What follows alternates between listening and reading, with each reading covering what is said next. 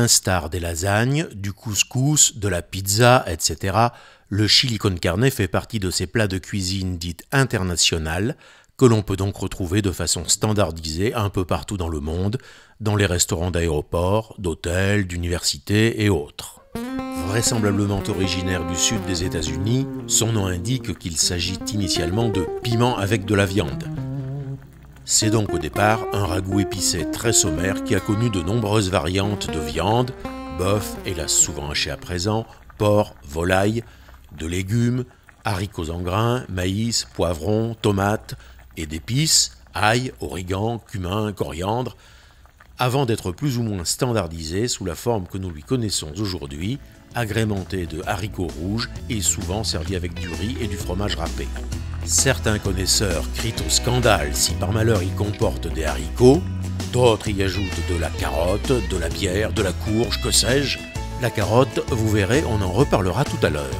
Bref, chacun égalant de son authentique recette de cow-boy, en voici une de plus, à ma façon, et je vous la fais pour une table de 12, mais ça se congèle parfaitement. À vous de modifier cette recette à votre guise. Il y a quand même 2 limites à ne pas dépasser. 1. Remplacer la viande de bœuf par des sardines, ça c'est la recette du chili con carne. 2. Utiliser des haricots en plastique, ça c'est la recette du silicone carne dont on ne sait toujours pas si c'est du lard ou du cochon. La seule chose dont on soit sûr, c'est que le chili, c'est le plat préféré du lieutenant Colombo. Bon, on attaque.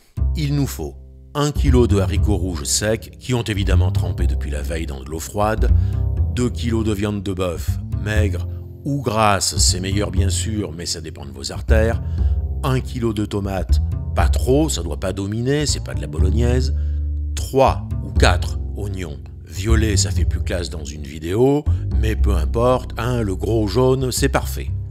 De l'ail, on va pas compter les gousses, un fond d'huile, celle qui vous fait plaisir, les épices, à votre convenance.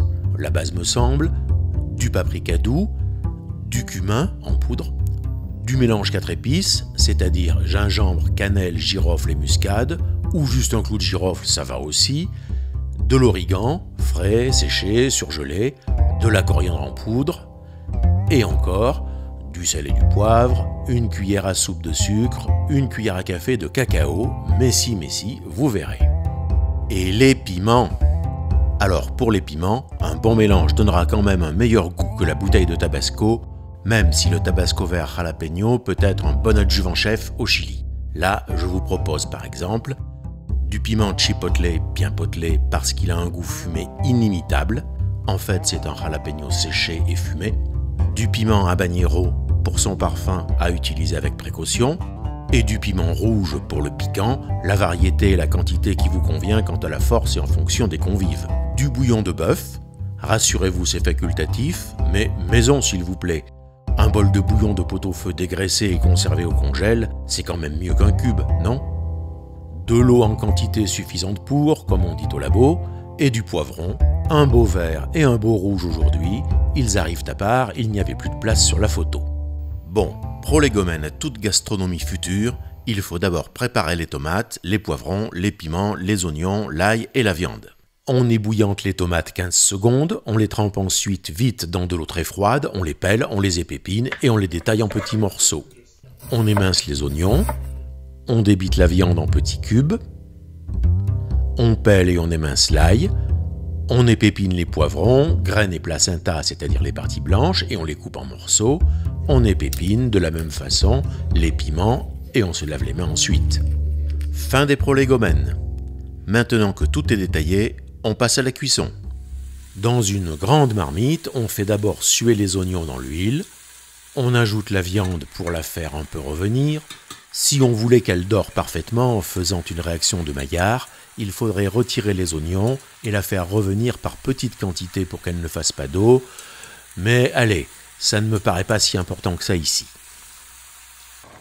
On ajoute ensuite les poivrons, l'ail et les tomates, et encore le sel, le poivre, toutes les épices et les piments. On ne coupe pas les piments en trop petits morceaux pour pouvoir les retirer si c'est trop fort. On goûtera en cours de cuisson. Et c'est l'heure de l'entrée en scène des haricots rouges, inséparables des oignons.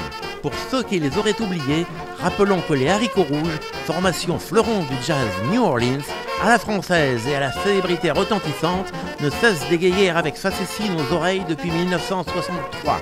Et bien sûr, au sommet de leur playlist se trouvent les célèbres oignons.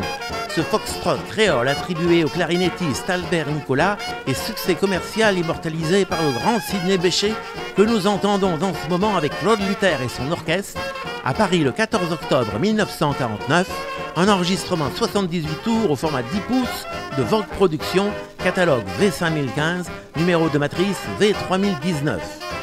Je signale qu'en raison de cet extrait sonore, Sony m'a averti de l'impossibilité de monétiser cette vidéo, mais de toute façon ce n'est pas mon intention, je me fais juste plaisir avec les assonances de Jean-Christophe, averti lui aussi.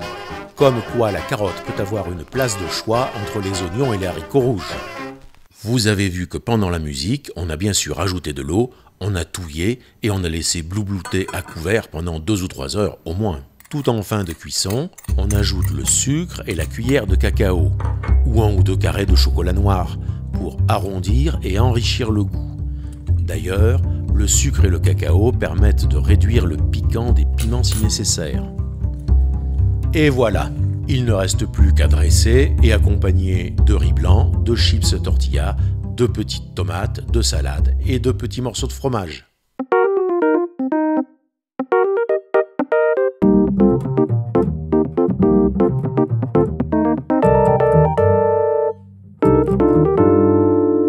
Et c'est tout noir.